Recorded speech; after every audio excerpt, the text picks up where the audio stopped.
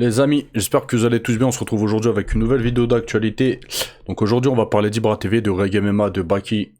On va parler d'Ilia Topuria. On va parler d'Alex Pereira, de John Jones. Bref, on va faire un petit peu le tour des réseaux sociaux, les amis. Et on commence tout de suite avec une vidéo.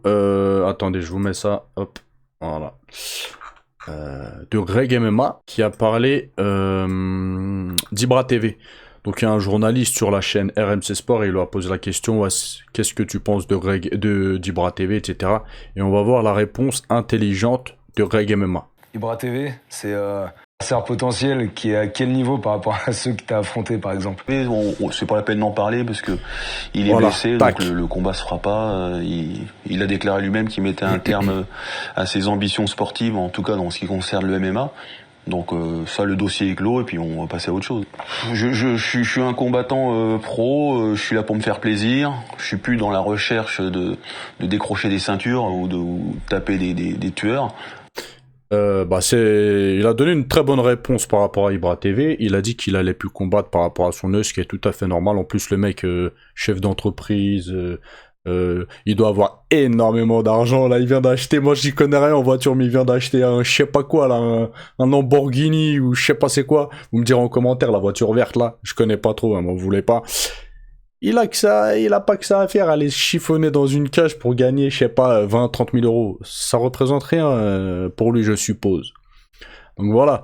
Et Reg MMA, il a coupé court en fait. Ça sert à rien de continuer à te parler d'Ibra TV, il combattra pas. Donc ça sert à rien. Il a été très intelligent. Et là, contrairement aux autres sorties qu'il a fait quand il a parlé de la femme à JP, là, comment il s'appelle? Bref, il a fait des sorties de ouf, Reg MMA. Mais là, il a répondu intelligemment. Pour une fois, je trouve. Mais par contre, oui, là, il dit, ouais, je me fais plaisir, je veux plus de ceinture. Et ça, mon copain, on le sait, que tu veux plus de ceinture et que t'es là pour te faire plaisir. T'es tellement là pour te faire plaisir que tu tapes que des mecs qui sont plus faibles que toi. Ah, tu parles d'un plaisir, tu parles d'un défi. Éclater des mecs qui sont éteints. Là, je suis là pour le kiff. On sait jamais, la porte est ouverte à tout, mais le fait est qu'il a mis un terme à ses ambitions sportives en ce qui concerne le MMA. Donc pour moi, je le mets de côté. Ouais.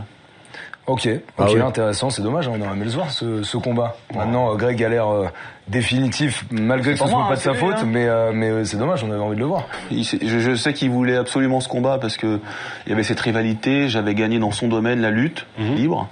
La lutte, donc je sais qu'il voulait ce combat. Moi, c'est quelqu'un que je respecte. Voilà, il a un beau parcours en tant qu'entrepreneur. C'est un gars qui a su se mettre en danger aussi à travers des combats, certes amateurs, mais c'est des choses qui se respectent. Mais pour l'instant, le sujet, il est clos. Le dossier est rangé. Okay. Mais moi, on sait jamais. On sait pas de quoi l'avenir sera fait. Il a bien répondu, je trouve. Il aurait pu faire le mec, ouais, je pense que il a un niveau plus faible ou que je l'éteins. Vous voyez, il est resté droit, il a fait l'homme.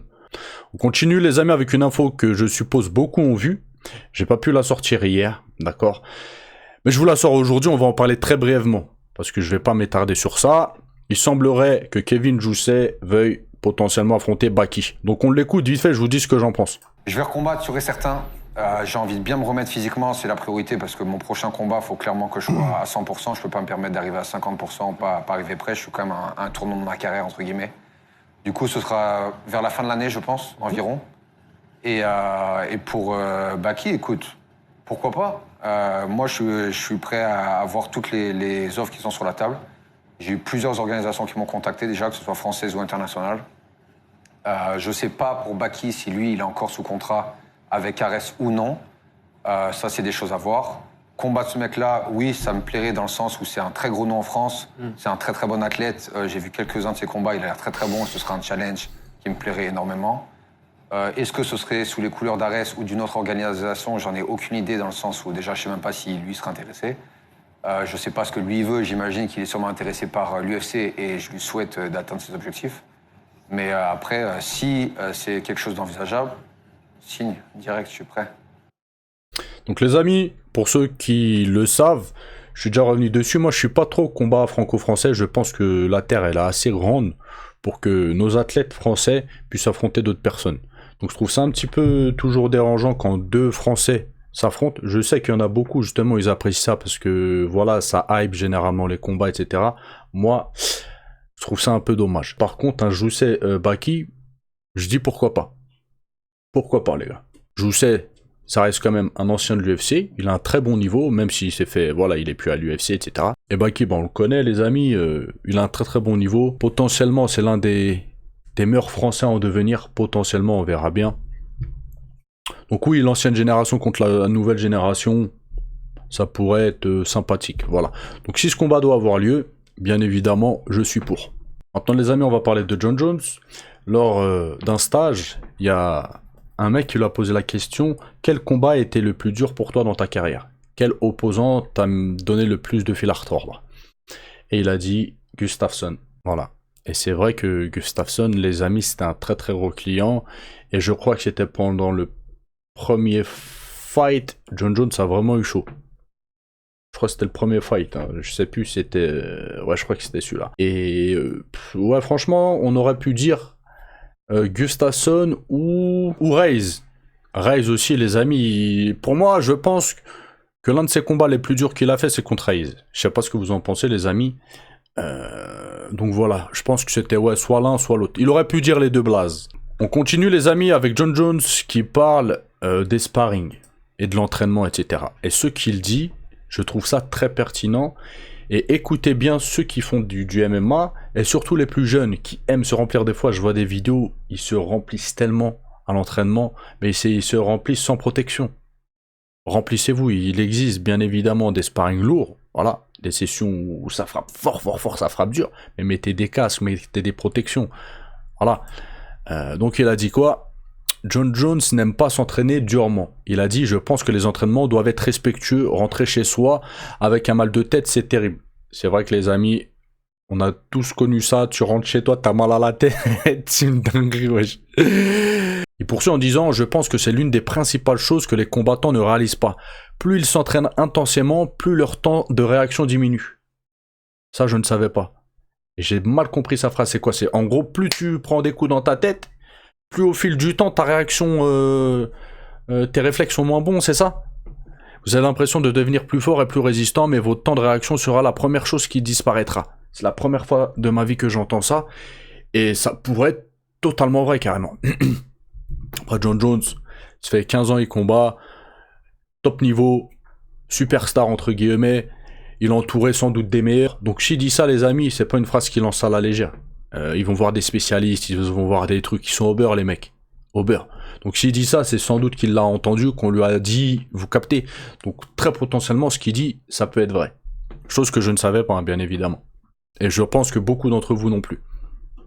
Poursuit en disant, une fois que votre temps de réaction commence à s'épuiser, bah c'est mort en fait. Je resterai loin de ces combats. Donc en gros, pour lui, un sparring à l'entraînement, tranquille, pas besoin de se remplir. Mollo mollo. Et au pire des cas, vous mettez des protections et encore. Après, je pense, moi, il faut quand même des sparring lourds pour être en mode plus près de la réalité. Parce que si t'as pas l'habitude de faire des sparring lourds, le jour où tu vas faire un fight, tu vas te manger une cacahuète. Surtout si t'es en poids lourd, tu vois, 93 kilos, poids lourd, machin. Tu vas te manger la première cacahuète ou le premier genou dans ta bouche, ça va te faire tout bizarre. Donc oui, il faut des sparring lourds, mais faut que ça reste anecdotique, je pense. Maintenant, les amis, on va parler de Justin Gage. Il y a son manager Ali Abdelaziz qui a été interviewé et il a sorti une exclue, les amis. Donc Ali Abdelaziz dit que Justin Gage prendra sa retraite du MMA s'il n'obtient pas le prochain titre. Prochain title shot. Il poursuit en disant, Justin a dit, si je me bats pas pour le titre, je vais raccrocher les gants. J'aime l'UFC, mais je pense qu'elle doit m'aimer en retour. En gros, là, les amis, il fait du chantage un petit peu. c'est un petit peu du chantage. Soit vous me faites combattre pour le title shot, soit salut. Dana White, il va lui dire, bah salut. Potentiellement, vous voyez. Après, on peut le comprendre aussi. On poursuit, les amis, avec Jack Della Maddalena. Aïe, aïe, aïe, aïe, aïe, aïe, aïe. Je suis choqué un petit peu de ce qu'il dit. Dans un sens, je suis choqué, dans un sens, parce qu'il fait le mielleux, je trouve, et dans un sens, je me dis, il a quand même pas tout à fait tort. Donc, Jack Della Maddalena défend l'UFC contre les critiques concernant les salaires trop bas. Il a dit, j'aime cette organisation. Si le contrat ne vous convient pas, ne le signez pas. Si les gars les moins bien classés étaient payés autant que ceux au sommet, il n'y aurait aucune incitation à atteindre le sommet. Dans un sens, c'est vrai ce qu'il dit, mais après, il faut faire la part des choses. Faut pas aller d'un extrême à l'autre. Les champions sont extrêmement bien payés. On parle pas de payer celui qui arrive à l'UFC comme le champion est payé, comme les champions ils sont payés, ceux qui sont, vous voyez, mais quand même qu'ils aient des plus grosses bourses. Francis Ngannou, il avait demandé quoi pour quitter l'UFC? Que chaque combattant ait une assurance, ou je sais plus c'était quoi le délire. Mais il avait proposé des trucs. Ça, il avait fait l'homme, Francis Ngannou. Il avait fait l'homme. Voilà, qu'on l'aime ou pas, Francis Ngannou, il avait fait le bonhomme. Il avait pas pensé qu'à lui. Il avait parlé des autres combattants, etc. Et là, on a Jack Della Maddalena. Ah bah non, l'UFC, ils ont raison. Tenez, vous êtes payé au lance-pierre, tiens les cacahuètes, ouvre ta bouche, te jette une cacahuète dans ta bouche, tu rentres chez toi et donne raison à ça. Non, non. Qu'ils soient pas payés comme les champions, d'accord, ce qui est normal, c'est normal. Mais que les bourses augmentent quand même. Wesh, il y a des petites organisations européennes ou je sais pas, asiatiques, des mecs qui sont inconnus, ils touchent plus que des mecs qui sont à l'UFC. T'as vu ça où? Il y a des mecs qui sont à l'UFC qui continuent leur travail, t'as vu ça où? Faudrait quand même un minimum, je pense. Donc là, pour le coup, il a déconné, Jack Della Maddalena, et c'est pour ça que je vais jamais le soutenir, ce mec. Et là, pour le coup, je trouve ce genre de sortie dégueulasse. Très clairement, ça y est, les champions de l'UFC, il a touché un bon chèque, hein, il lâche ça. Il caresse Dana White dans le sens du poil. Eh non, frérot, c'est pas correct par rapport aux autres. C'est pas correct. Donc là, les amis, carton rouge, tu sors. On continue, les gars, avec John Jones et Ilia Topuria qui chutent dans le classement pound for pound. Parce qu'il y a Merab qui monte numéro 2 dans le classement, juste après Islam Makhachev. Donc je pense quand même que c'est mérité. Et ouais, c'est mérité, hein. Voilà, qu'est-ce que vous voulez que je vous dise de plus? Continue, les amis, avec Joachim Buckley qui parle d'Islam Makhachev et qui le critique un petit peu. Donc elle a dit, une fois, j'aurais battu Kamaru Usman, s'il arrive à le battre. Il n'y a pas de débat, je serai le prochain pour le titre. Vous avez ce gars à 70 kilos qui monte et qui croit qu'il va le prendre ma place. Bah oui, mais t'es qui toi, frérot? Tu viens des 84 kilos, tu te faisais torcher, t'as dû descendre d'une division carrément. Là on parle d'un mec qui monte d'une division, t'es pas content, wesh. C'est un ouf lui. Il se faisait torpiller chez les 84 kilos, tellement qu'il se faisait torpiller, il s'est dit quoi? Allez, je vais aller chez les 77. Et là qu'il commence à avoir un petit peu des performances, il se prend pour le champion, il se prend pour John Jones, le bordel. Et en face de ça, on a un mec, Islam Makhachev, champion pound for pound, qui monte d'une division, et il pense que, vas-y, tais-toi, mets-toi sur le côté. Donc il a dit quoi? Maddalena vs Islam Makhachev n'est pas un gros combat à faire. Ah bon, d'accord. Si Islam bat GDM, il ne va pas rester. Il va se retirer parce qu'il sait qu'il n'est naturellement pas un combattant de 77 kg. Mais qu'est-ce qu'il raconte celui-là? Mais qu'est-ce que tu parles? Surtout face à moi, il va clairement éviter une personne comme moi. Le mec, il se prend pour je sais pas qui en fait. J'aimerais bien qu'il y ait un combat entre les deux là. J'aimerais bien. C'est vrai il a l'air puissant, Joachim Buckley. Vas-y, c'est un bon combattant. Mais frérot, là on parle des champions, voilà. Même Kamaru Usman, se trouve, il va te mettre une sifflante derrière l'oreille. Il va te mettre un grand KO, une grande soumission. Vas-y, commence déjà. Faut qu'il reste concentré déjà. Qu'il pense à son combat contre Kamaru. Même si Kamaru il est vieux, il reste très très fort. Et s'il le gagne, après on verra. On termine, les amis, avec Alex Pereira qui parle de son retour. Donc le Brésilien prévoit de se rendre bientôt au Brésil pendant 30 jours afin de commencer une préparation, prendre soin de mon corps et de se renforcer. Je ne sais pas quand je ferai mon retour dans l'octogone. Nous en avons pas parlé. Mais vers le mois d'octobre, cela pourrait être en septembre, octobre, novembre. Cela n'a pas d'importance pour moi. Cette période est parfaite pour moi. Donc les amis, d'ici quelques mois. Après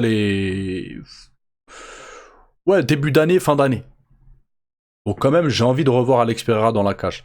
Voilà. Je l'ai beaucoup critiqué, etc. parce qu'il est critiquable. Là, il a perdu contre Ankalaev. Mais j'ai envie de le revoir dans la cage. Bref les amis, c'est tout pour aujourd'hui. N'oubliez pas de lâcher un petit like, un petit com, c'est gratuit. Je vous dis à la prochaine vidéo. Passez une bonne journée. Ciao, ciao.